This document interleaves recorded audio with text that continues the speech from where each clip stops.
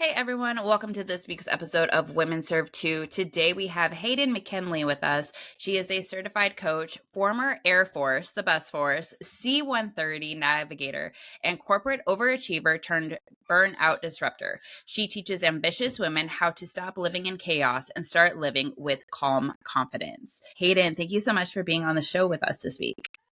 Thank you. I'm so excited to be here. This is great. So one of the things that I like the women and the guests to do is to essentially start off with their military journey. Tell us a little bit about that and then kind of where that led one journey to another journey. So I was thinking about this last night, and it's kind of funny what led me to join the military, because I was in college. I lived in Southern California, and I was almost ready to graduate. I was like a semester away from graduating, and I decided I was getting my degree in graphic design and really didn't want to work in graphic design anymore. I didn't want to sit in front of a computer and just stare at a computer all day. And so I worked at a coffee shop at the time. And one of the girls I worked with, her sister was in the Navy, and she came in one day and we were talking. And I was just, asking and inquiring, what do you think of the military? What's military life like? And she just loved it. Just everything was glowing. She loved the community, everything about it. And then she said, "Well, you're about to graduate from college, right?" And I was like, yeah, I am. And she was like, "Okay, well, you could become an officer and you could fly airplanes because you're going to have your degree." It was just done. That moment on, it was like, I can go fly on airplanes. This is crazy. Me flying on airplanes. It was just, the idea of it was so foreign and crazy. And there was just kind of this call to adventure that it just blew my mind that I could go do that. And from then on, it was just, this is what I'm doing. There was no, what if I don't get in? What if I fail? What if I anything? There was nothing. It was just, this is what I'm doing. And the more research and stuff I got into doing as I was going through the application process and everything, I really loved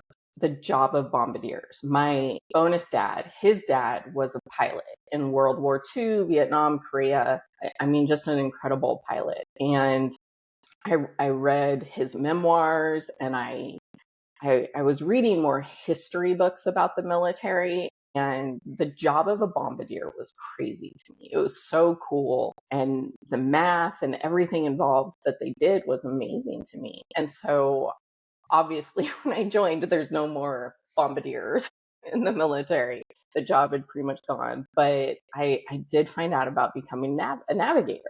And so I just thought, this is great. I can be a backseat driver, all the fun, none of the responsibility, and just do that. And so I went through the process, and it took me about 2 years to get through the application process to become an officer and go to OTS, Officer Training School, down in Montgomery. I went through that. And then after OTS, I went to navigator school. So that was at Randolph in San Antonio. So I went there. And then from there, I chose my airframe, and I got C-130s at Little Rock Air Force Base. So that was where I spent the majority of my career. All of my deployments were from Little Rock, and everything was from there. I deployed 3 times. Did Iraq, Kuwait, and Afghanistan. Kuwait was flying in and out of Iraq still. And when I got out, it was kind of it was really hard, to be honest. It was really hard when I got out. My last deployment was in Afghanistan. And about halfway through my deployment, I had a bad reaction to the anthrax vaccination, which I don't know if I can say that here, but I went 90% blind in my left eye, and I had to be air medevaced home. And I was sent to BAMC and went through all kinds of treatments and stuff. And on that, like a day or two before I lost my vision, we had a microburst incident flying, and that was pretty traumatic. It was scary, awful. We thought we were about to die. I mean, it was not many people survive microburst situations. Like the survival rate is like 0. And we actually survived and ended up getting an award for it, a safety award for saving lives and equipment and all kinds of stuff. But so that was pretty traumatic. And then I lost my vision and was aeromedevaced back to BAMC and was there for about a month going through these massive doses of steroids and hospitalized. And then they had to keep me there on watch. So then I went home to Little Rock, and after about a year of just sitting, I got medically disqualified from my job. I was not med boarded, which looking back, I wish I would have pushed for that, but I was medically disqualified from my job, and then nobody knew what to do with me because I was a flyer who couldn't fly, and I wasn't getting a lot of help for, what do I do here? Like nobody wants me because I can't do my job, but I didn't have anywhere to go. So then a voluntary separation came down and I went ahead and took it. And that was kind of my whole military story. I loved my time in the military. It was incredible. It was an identity. It really becomes who you are.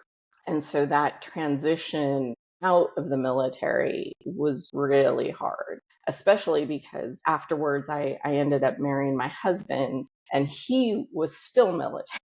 And so I still had that connection. Like he would come home and, just word vomit everything about the day. And I understood, I got it. It wasn't like most spouses who think that they understand, but they don't fully understand. I mean, he could come home and say something to me and I could respond with, well, that's against this reg and that's against this reg and things like that. And so the transition out was really hard because it was like I still had one foot in, and mentally it was really rough. So that got me where I am today. So it's positive. Everything has a silver lining and we learn a lot through our journeys. So that's where I've gotten where I am today. But yeah. Well, I'm glad you have that positive outlook because you were in a situation where you were almost not forced, but kind of put in a situation where you almost had to essentially get out. And Yep. that wasn't what you wanted.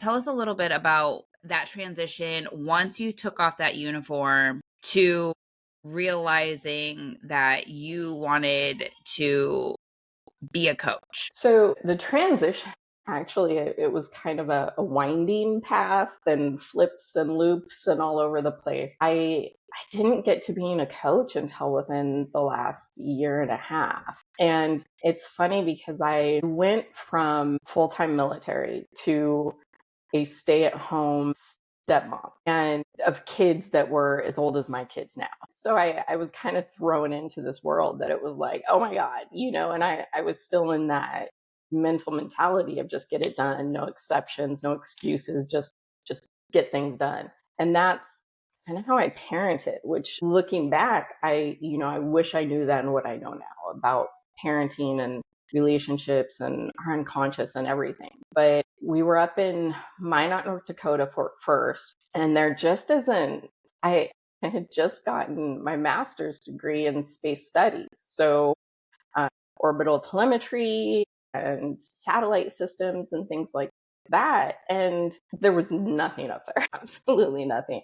So I actually got a job where I was doing project management because everything in the military is essentially becomes project management. So you're a project manager. And so I did that for a while. And then we moved to Albuquerque, New Mexico. That was his next duty station. And there I actually started a business. We had a cell phone app that we developed and then eventually sold.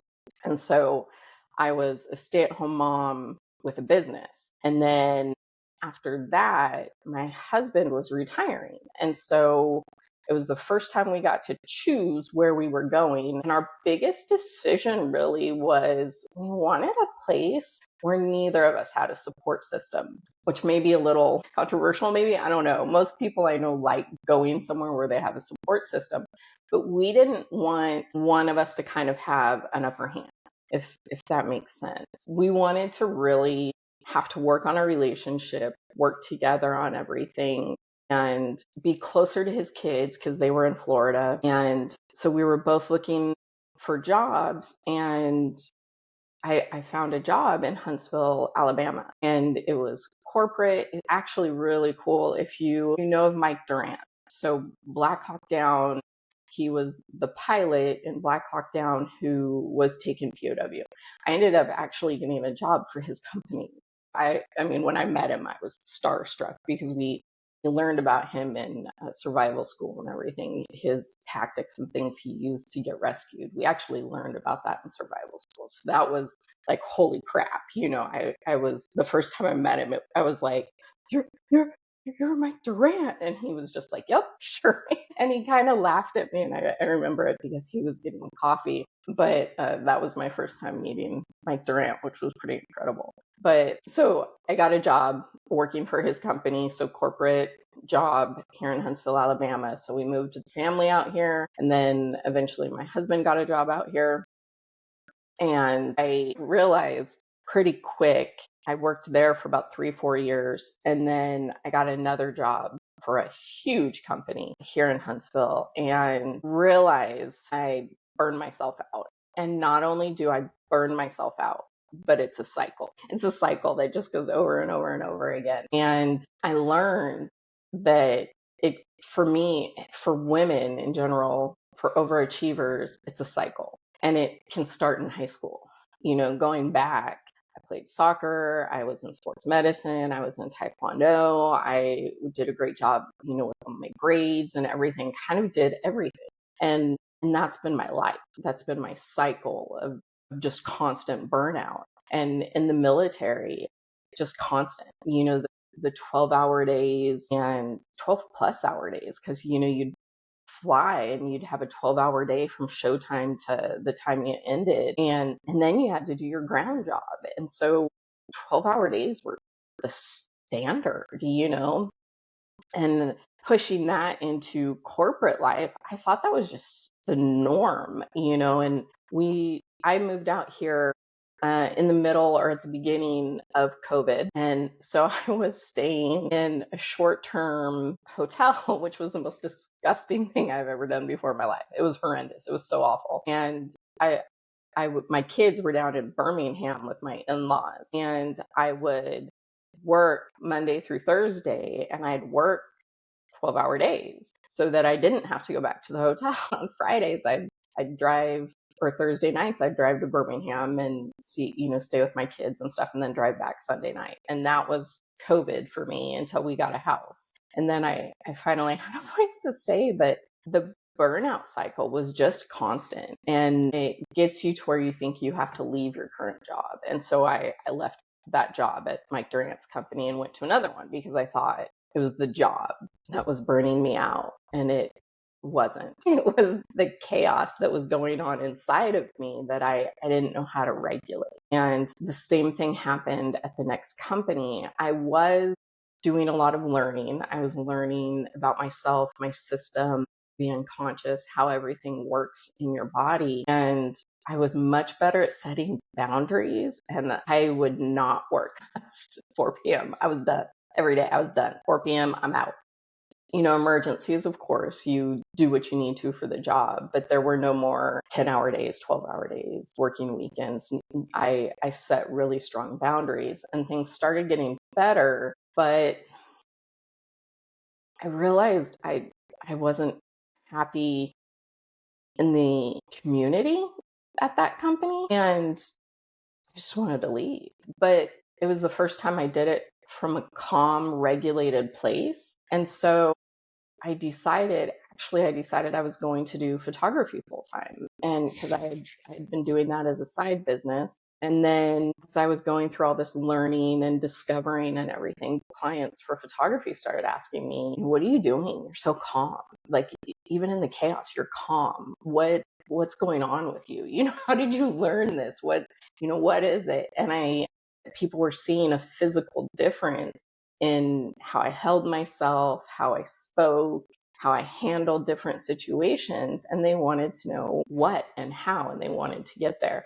And so that's how I got into the coaching, was by helping people regulate their nervous systems and understand better how our unconscious works, how our deep beliefs actually shape us, shape how we function, and they shape our unconscious shapes self-sabotage and the dysregulation of our nervous system and everything. And it became this incredible passion of mine where I love helping women especially find their calm in the storm. That, we can have so much just constantly going on around us, and we do, as moms, as career women, as parents, as chauffeurs of the kids, as pet moms, everyone. We're constantly in a season of chaos, just always. But we can learn to regulate and be that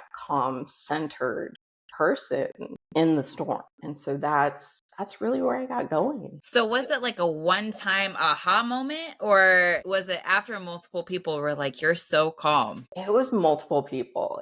It was a few, because I was doing boudoir photography, and the passion in it was that I loved helping women find confidence and empowerment. And I realized with these women asking me, and my mom was the huge one. My mom was the big aha, because she was like, I see a difference in you. Your presence is different. Just being around you is different. There used to be this kind of on edge feeling around you, and now your energy is so centered and calm. And when she realized that, and I had clients kind of just saying, I love being around you. Your energy is so calming and relaxing. When people would say that to me, I realized that I was playing small. I was actually, with only helping, 5 women a month with photo sessions or whatever, I was playing really small. Whereas now I can help women on this huge scale. It's really limitless now to how many people I can help and how many lives I can touch by teaching and helping and communicating and just sitting and having a conversation. And it kind of was a snowball aha. And then I think my mom was kind of the straw that broke the camel's back, right? She was the one who it was like, oh, there is a change. Okay. So yeah, that was my aha. I love that. Sometimes moms are always like the best supporters, and they like push you into a certain direction. Right? She is my biggest supporter, and I'm such a huge fan of my mom. She's incredible. She's such an incredible human being, and she's so intuitive. She really picks up on a lot. And when she said to me one day, she was like, well, I realized I needed to talk to someone who was calm and grounded and peaceful and joyful. And so I called you. And I was like, oh my gosh, that's me. I get to be that. That's who I am. Because, when I was in the military, that was not me. I was just hyped up, just constant, kind of wound up person. I was always going, just constant go, go, go. So it was like I was asleep, I was going. There was no in between. There's only 2 speeds. Right. So yeah. So hearing someone who's seen me my whole life, witness that transformation and change in me was pretty incredible. I love that. So you started with boudoir photography, which I absolutely love because it does build so much confidence in women. And then you decided to create your company now. So tell us a little bit about what your company does, and then we'll talk about a little bit how your military training helped you create this business. Yeah, of course. The company now, I have kind of different tiers where I can help people. From I have a course online that people can take, and it's a self-paced video course, and it's really built to find confidence.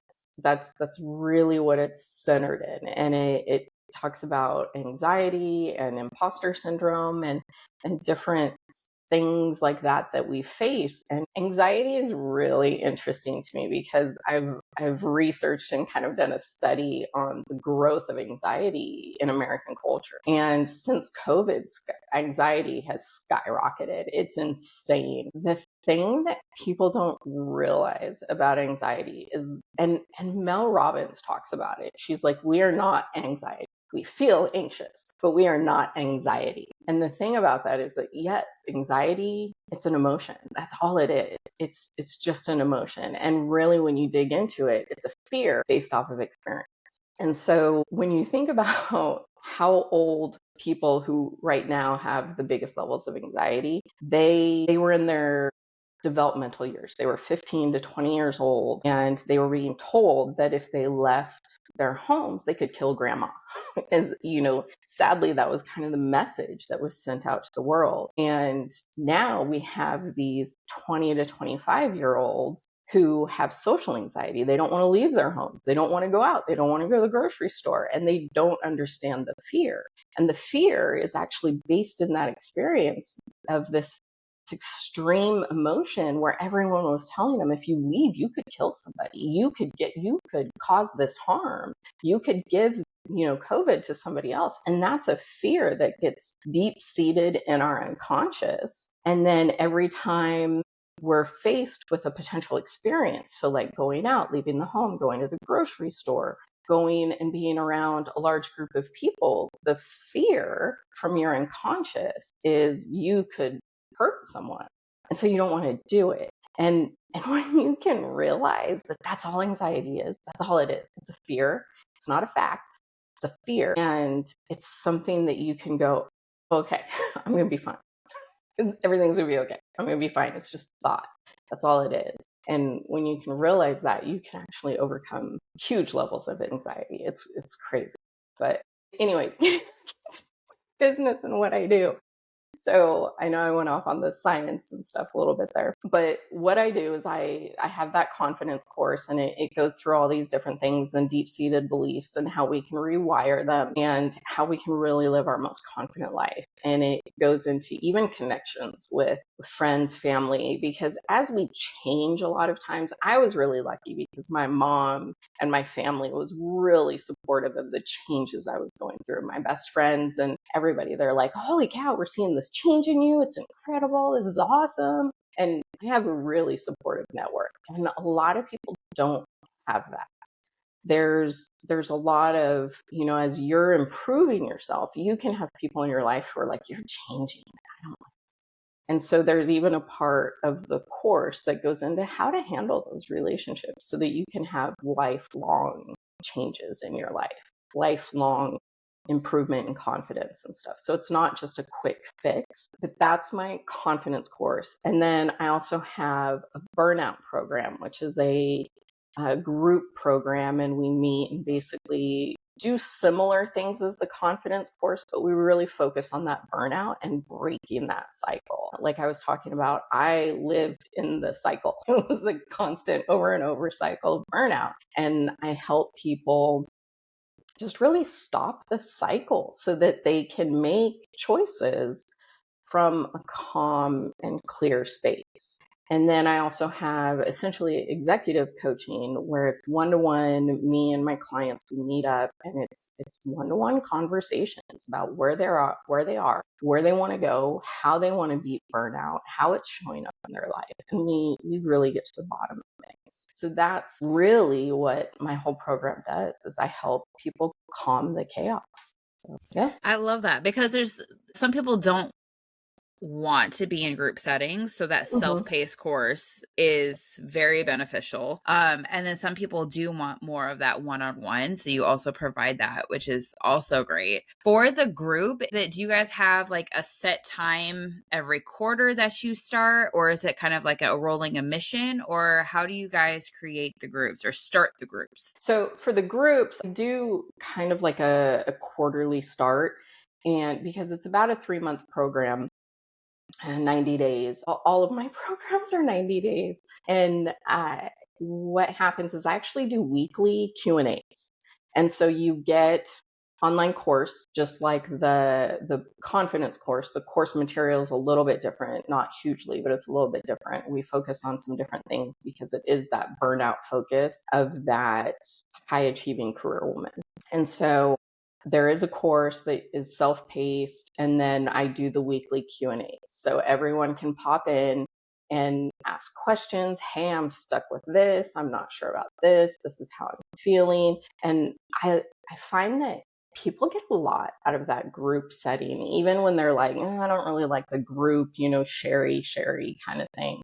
They don't have to come in and share anything if they don't want to. They can submit a question to me and I'll answer it in the group. Because the thing is if you're feeling away, most likely other people are too. You just don't realize it. You're not alone.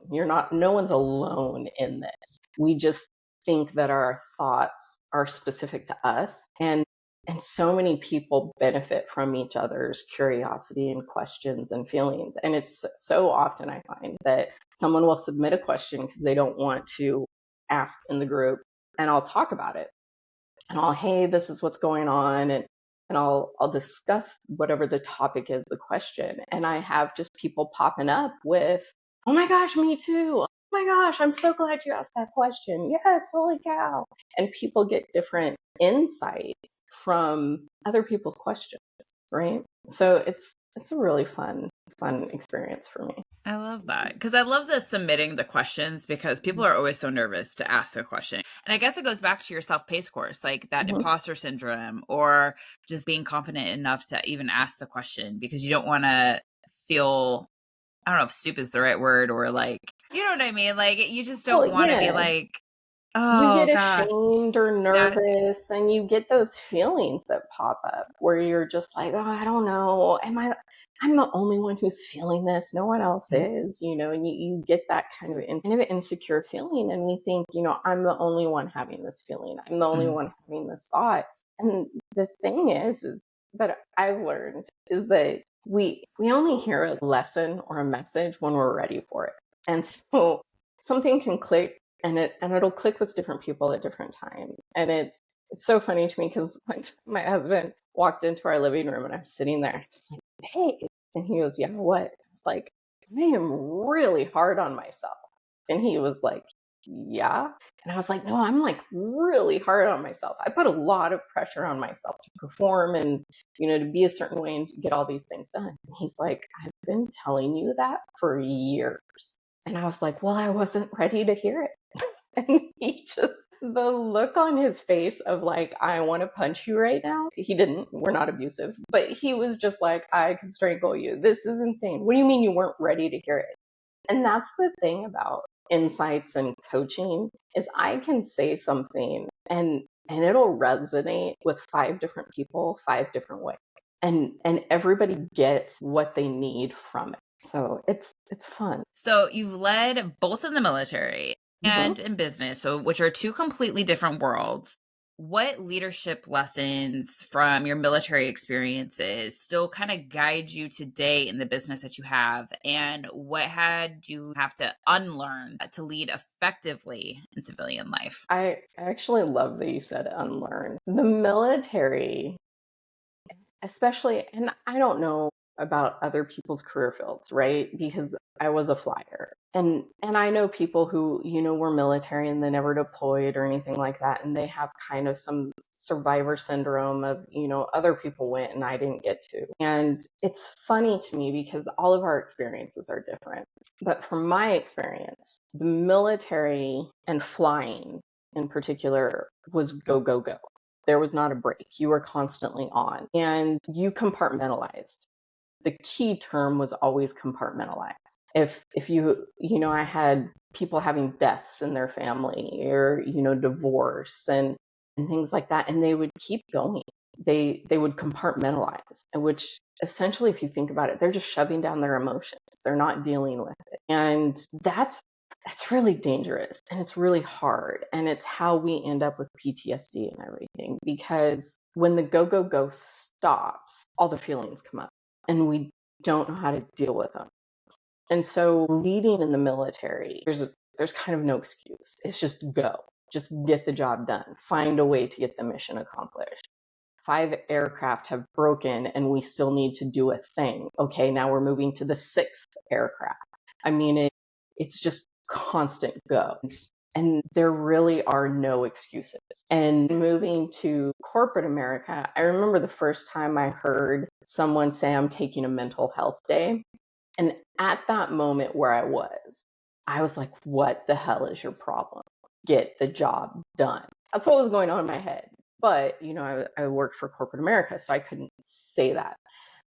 Later, I realized how healthy that was. And I didn't even know it. I wasn't even aware that that was a healthy thing. To realize you've reached your boundaries, you've hit your limit, and you need a break. To actually realize that is really freaking healthy. And it's not something that we learn in the military. We don't learn how to process when the mission's done. Nobody ever takes us through that. And that's the biggest shift and change where I've had to find balance. And I had to unlearn that go, go, go.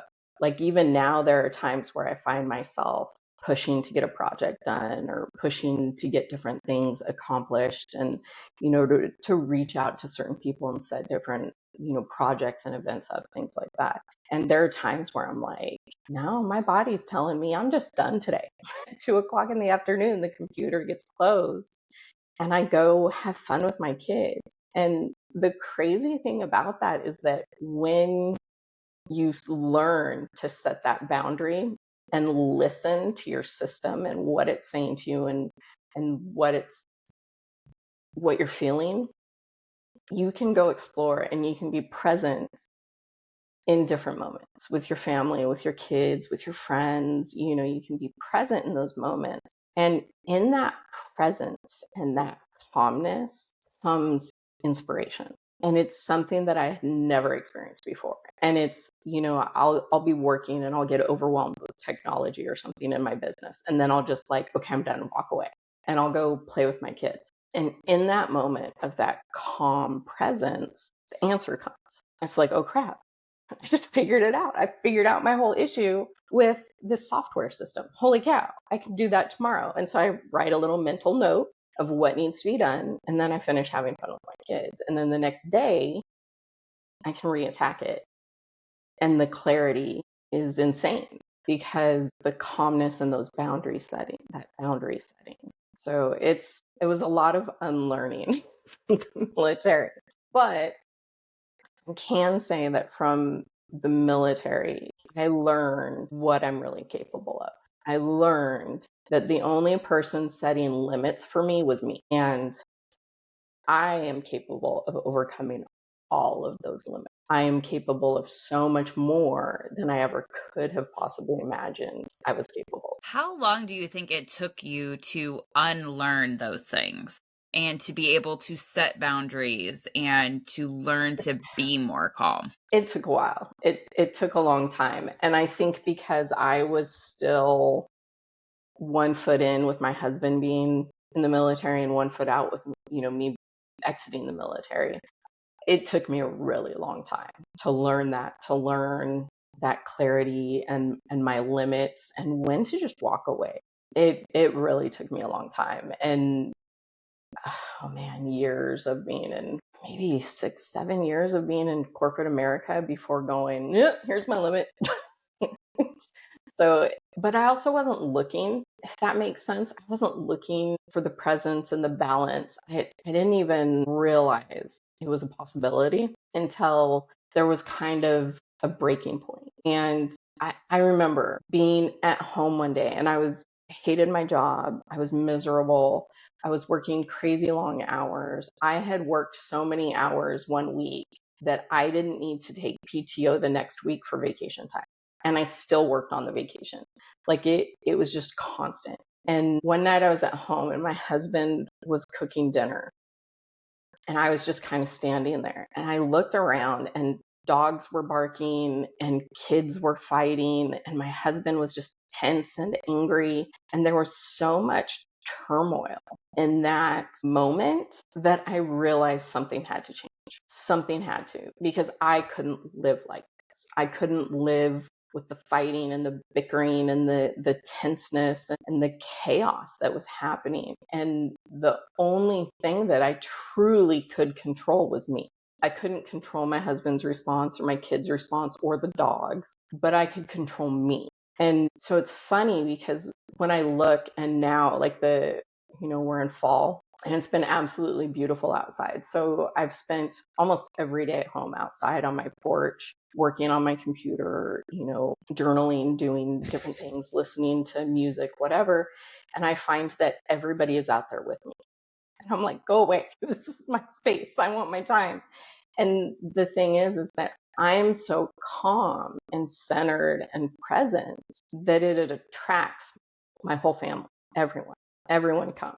And it's funny because I'll be sitting there like, get out of my bubble. But they're all there and they're happy and they're present and they're laughing and joking and happy. And that's that switch, that change is because they're attracted to my energy. So yeah, kind of a roundabout way of answering your question. No, it's because I was wondering, like, especially with your clients too, like, how Mhm. long does it take them to realize, or like maybe just like potential clients, do Mhm. you ever figure out like how long it takes them to be like, okay, I need help? And then when they're in your program, be like, okay, I not flip the switch, but like Yeah, realized to be a little bit more calm and set boundaries. I love that question because it kind of goes back to you you don't hear it until you're ready. And so it depends. That's an awful answer, but it depends. And I've had people that, I kid you not, I remember I was at a speaking event and this young girl came up to me and she started talking to me and we just had a conversation. And the amount of insight she got from the one conversation changed her life. And she's messaged me since and she's been like, "Oh my gosh, I still, I remember that conversation and then I can feel the calm. I can feel the centeredness and then the clarity comes and the inspiration comes and I know I'm in the right place and I know I'm headed in the right direction." And it's crazy to me because with her it was one conversation and it got her where she needed to be. With other people, sometimes, we're a little bit more stubborn. Like I was incredibly stubborn, so it took me a long time. But we hear things when we're ready and when we truly need it. And each conversation is different based on where everybody is in their life. And we get insights as we grow and we change. And I'm still having insights. Like talking to my husband, like I'm so hard on myself. Like that was an insight for me. And I finally heard it. And he'd been saying it for years. And it comes differently. Every day I have something that it's like, brick up against the head that it's like, how did I not see that before? Holy cow. And, as long as you kind of stay in it and you stay in the conversation, everyone just kind of develops and grows. And it's at their own pace. It's as they're ready to hear the message and they'll go kind of in their own directions with it, if that makes sense. Because to one person, to my calm and presence is different than other people's. You know what I mean? It looks different from everybody's perspective. And you can learn to enjoy where you are, right where you are. You don't have to shift into a new job, a new career, new certifications, new marriage. Oh my gosh, I had one woman who she got a divorce. She quit her job. She moved to another country. She completely changed everything. And it was great for about a year. And then she realized it's all happening again. And the thing is, you didn't change anything internal to you. So I remember a long time ago when I was still dating, I was still in the military. And I remember I heard a message. I can't remember if I read it or if it was like a podcast or what, but it was about dating. And it was, if you want a better class of man, be a better class of woman. And I was so angry about hearing that. I was so incredibly angry. How dare you say I need to be a better class of woman? I am a good woman. I was incredibly defensive about it. And then about a week later, like a light bulb went off.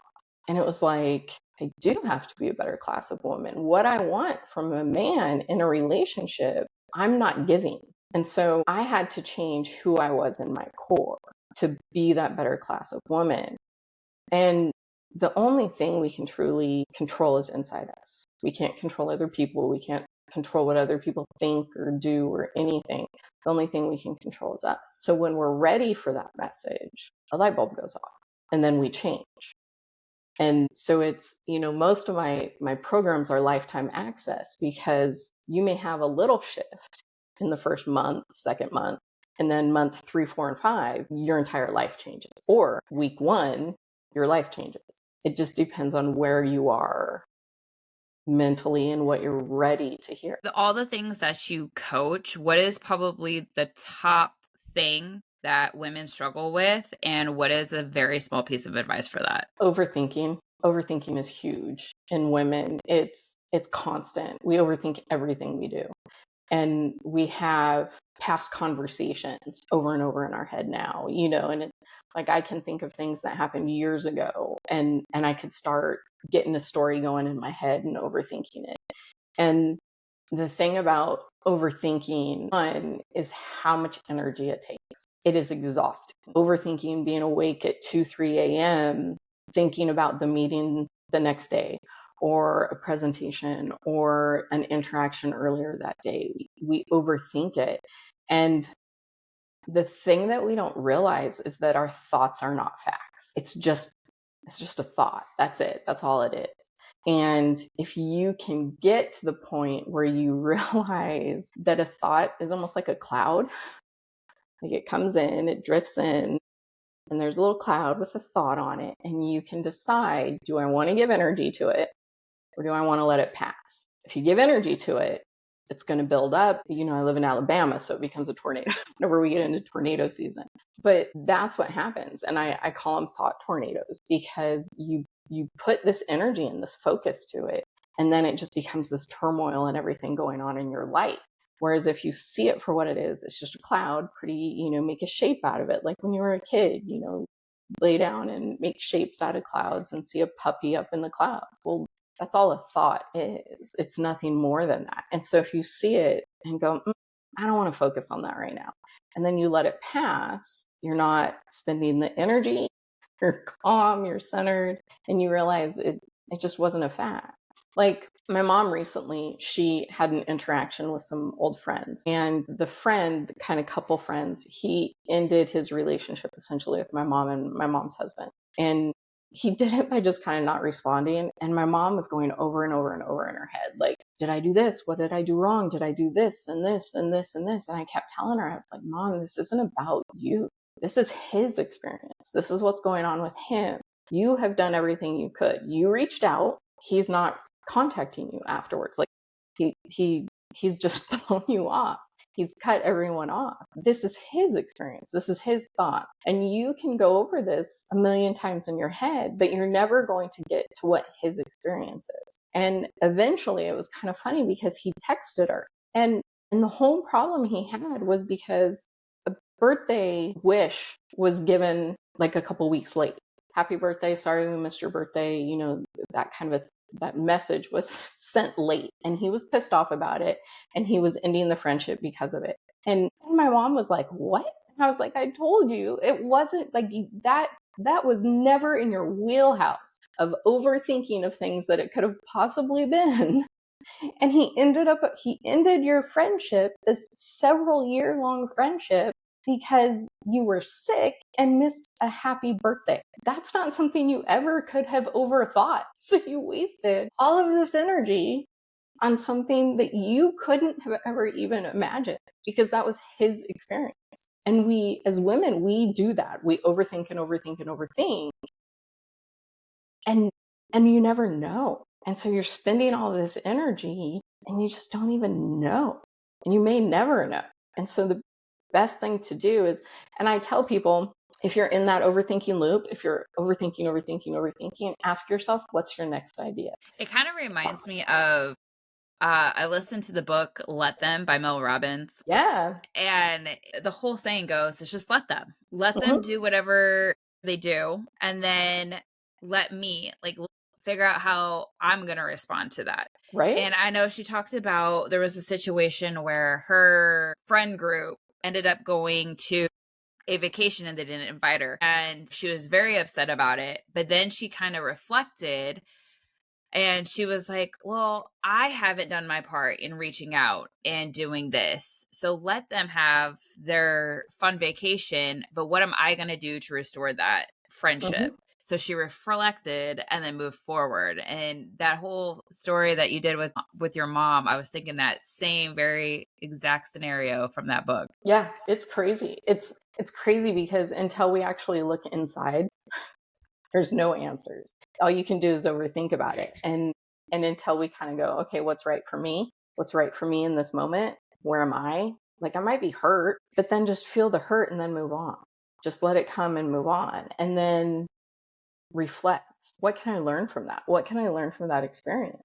And, from Mel, like she even said, I went and I didn't reach out. I didn't do any of the things I could have, and until we realize, oh, I didn't even do my part of the friendship or whatever, or I did do all of the things and this is a them issue, not a me issue. So that's crazy. Yeah, I think self-reflection is so important because Hmm. everyone's always so quick to blame it on the other person when you're not even realizing how you're contributing to the situation. Exactly.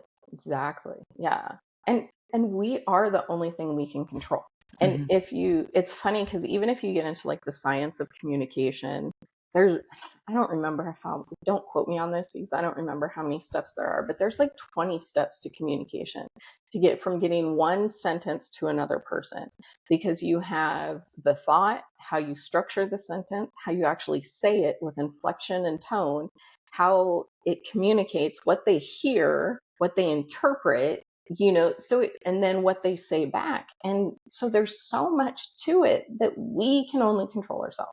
We cannot control anything outside of us. So how if someone is interested in your coaching and your programs and stuff, how can people find you? So you can just Google my name. It's Hayden, Hadon. People usually spell it wrong, so that's why they can't find me. Oh, But don't I'm worry, the people misspell my name all the time. Right? It's funny. And it's hilarious because I'm the only one on the internet. If you spell my name right and you Google me, I'm the only one that comes up. And people, I love it when I'll get like a Sarah who's like, yeah, find me on Facebook. And it's like, what? Like a million Sarahs. And that's Yeah. nothing against the name Sarah. It's just, if it's common, just find me. My name's easy.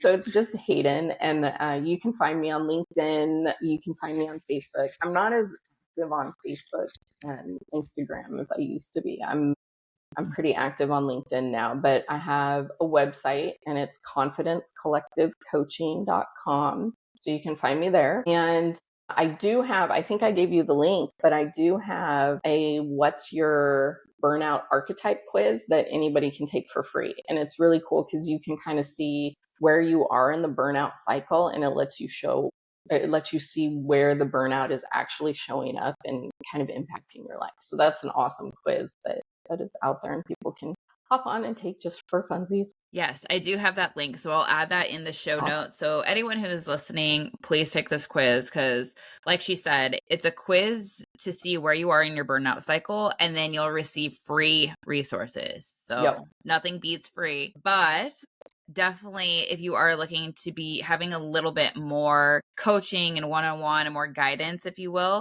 definitely check out her website. She has such amazing stuff, and it's always helpful to have someone guide you or help you along your journey. Yep. It is. And like I have coaches, I have mentors myself, that it's always beneficial to have someone to help you along the way because, I found my peace and calm and freedom through research.